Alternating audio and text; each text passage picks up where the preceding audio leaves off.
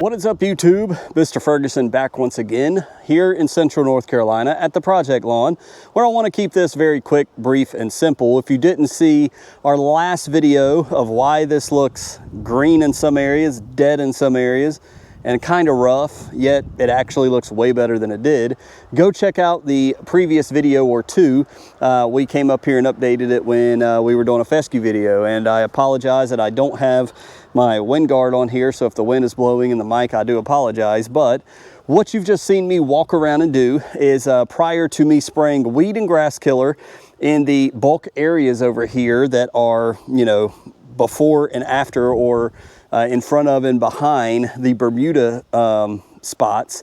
We've put weed and grass killer all around here, and up behind the Bermuda up here, we've done weed and grass killer back there as well. We came up here a couple weeks ago after not really paying attention to this at all, and it looked tremendously bad. You think it looks bad, and we had tall weeds. It looked like a cornfield out here. But what we've just done is taken some of our high yield weed and grass killer.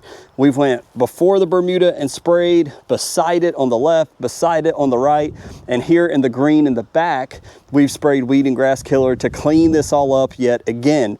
What I did prior to that was I went down the rows and on top of the iron cutter Bermuda with Speed Zone, and I didn't check the label. I assume that it's going to be good. If I'm wrong, please let me know, but I think we're going to be fine. But it's simply a 2,4-D product, and I went up and down and back and forth with 2,4-D over the Bermuda, and it should take all that out without all the way killing the iron cutter, which is the purpose of all of this in the first place, as we settle in for the cooler season and the iron cutter goes dormant. So I did want to just point out, as we did in the last video, if you'll notice, as I put you guys right on top here, and I'm sorry that the camera is kind of far away. I know it looks bad, but number one, we have all this green and weeds because we put fertilizer and water, and it kind of echoes what we talked about on the last video in my lawn. We put no grass seed over here, yet all of these weeds have popped up. We didn't even turn up the dirt on this side of the property, yet we have green weeds. Yet over here, on this backside over here, we have nothing. It is completely just as dead. We do have some Bermuda that's trying to creep in. We have a few weeds over here, but ultimately the bulk majority of the before Bermuda section is still dead from the Killzall that we did way back in August. But over here, you'll notice it's all green. So several things we can get from this. Number one, we know that it was in this specific section. We put down, number one, nitrogen for the Bermuda plant to spread and grow. And number two, we watered it over and over and over again.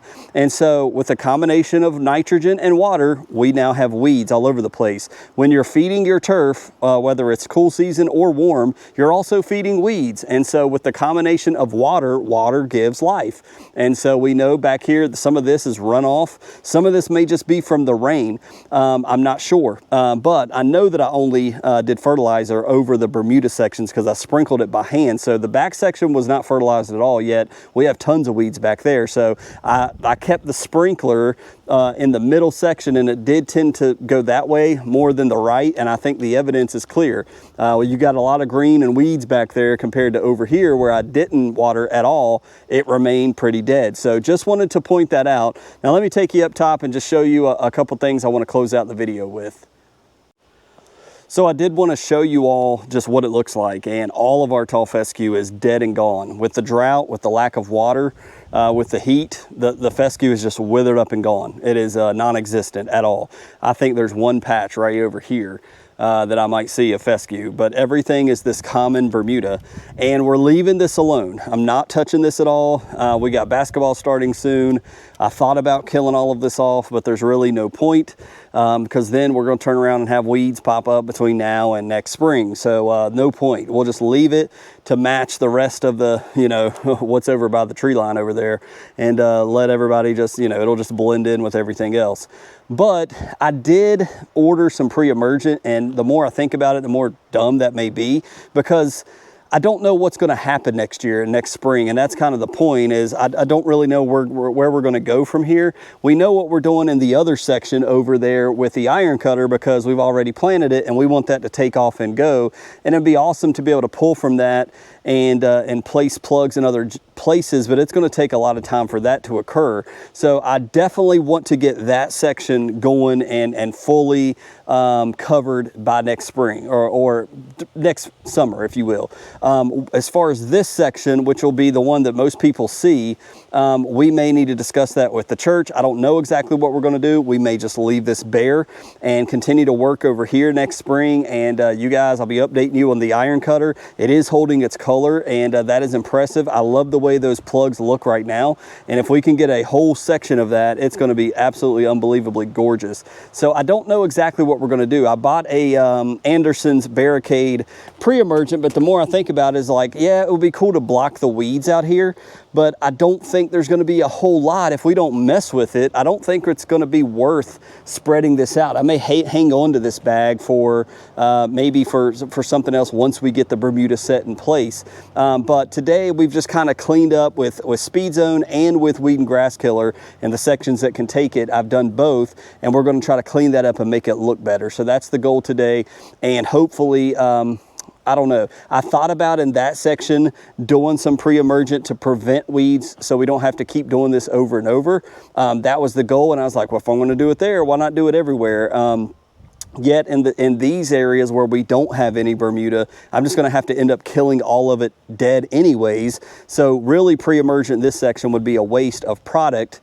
So I don't know. We may come back after this settles in. We may actually come back in a week or so and take this pre-emergent and spread that in this back section of the iron cutter to prevent it, so that we don't have a weed. We don't have to keep coming up here and checking and have these big, you know, weeds growing up 2 feet tall like we did last time. And so let me know, Bermuda people, if that's what you guys do. I'm new to this. I don't have a lawn care plan. I need to buy one. If I buy one, I'm going to buy one from Pete and check up on his Bermuda lawn care plan. But putting it to bed when it's not fully, you know, we're just dealing with plugs. It's not a huge deal. We're going to add more plugs, but I wanted to at least kill the existing weeds.